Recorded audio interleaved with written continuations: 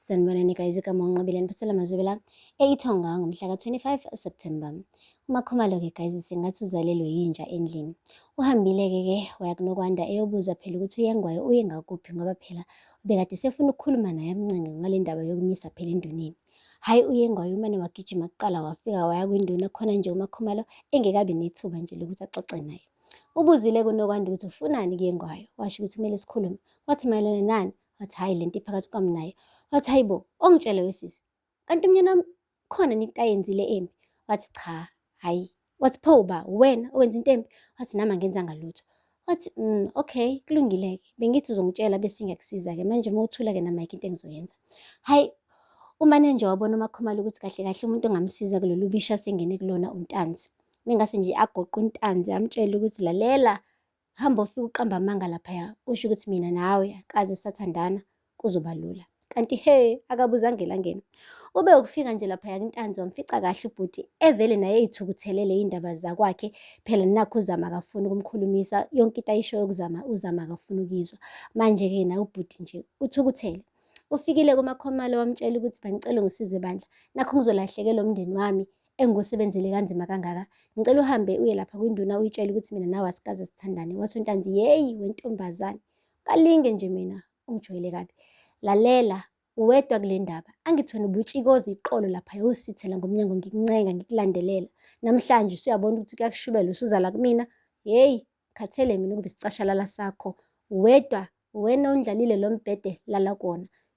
Guys, uMakhumalo uphume ebhocobele, umsila ungene ngaphakathi kwemlenze. Uthe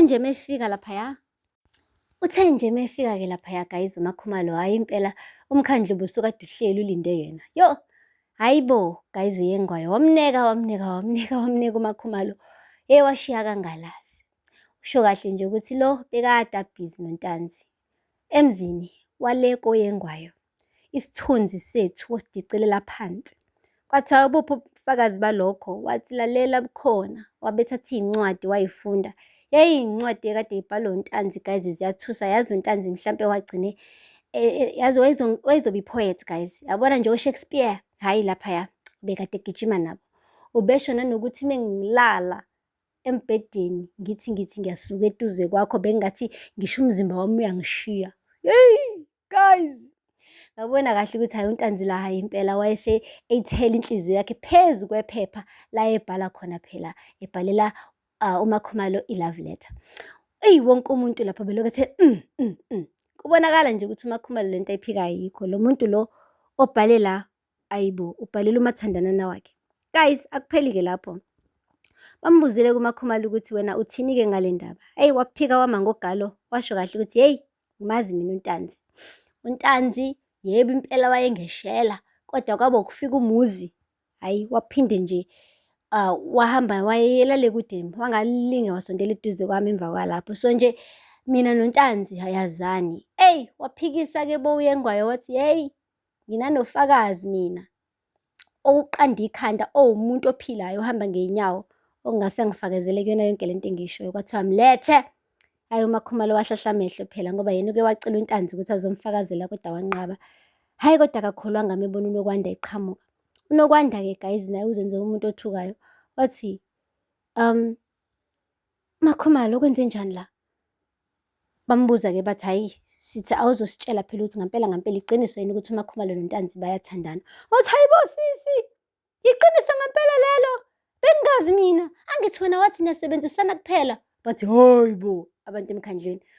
Wathi hayi bo, wena waze wammema uNtanzi ukuthi azodla nathi idina. Kwathiwa hhayi bo, ngakubuza nangendandatho leyaya. Kushuthi kwakuyindandatho kaNtanzi. Hawu kodwa sisi nawe, hhayi bo guys, umuntu akuqhathe enze ngathi like uyathuka kodwa uyakuqhatha.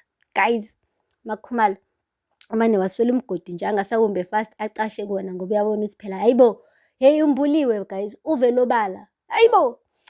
Emva kwalapho-ke guys-ke bamane bahamba baphindela endlini-ke hhayi uMakhumalo washo ukuthi hhayi naze nangineka wema, yazi naze nangineka, yazi nashiye ningalazi, nagiya ngegama lami.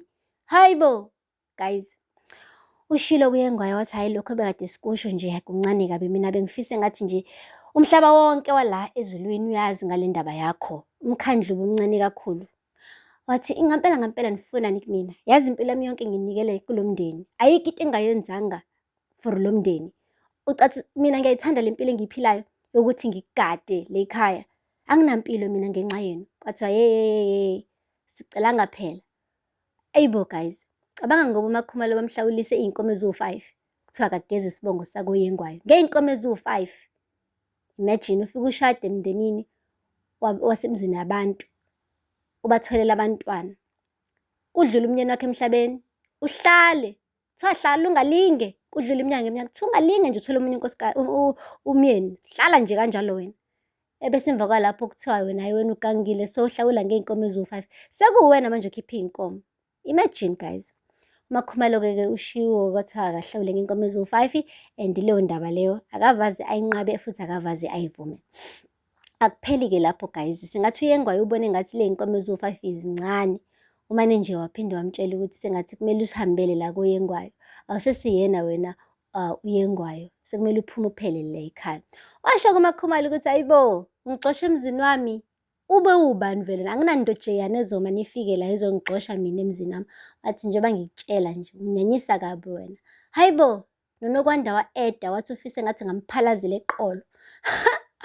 Wambuza uMakhumalo ukuthi pho usalinde na uphalazi ngani? Wathi ingoba ngingakadli ngisalambile. Wathi usho kahle awukakadli ukudla kwabani kona ngoba ukudla kwami kwayikona lokho. Hayibo guys, baphoxana abantu bebadala. Isithunzi saloyo nalo besicelela phansi. Namhlanje guys bekade kushube kakhulu ngoba noMakhumalo beyiphendulela besekhathele kuloka encenga. Guys, kushubile.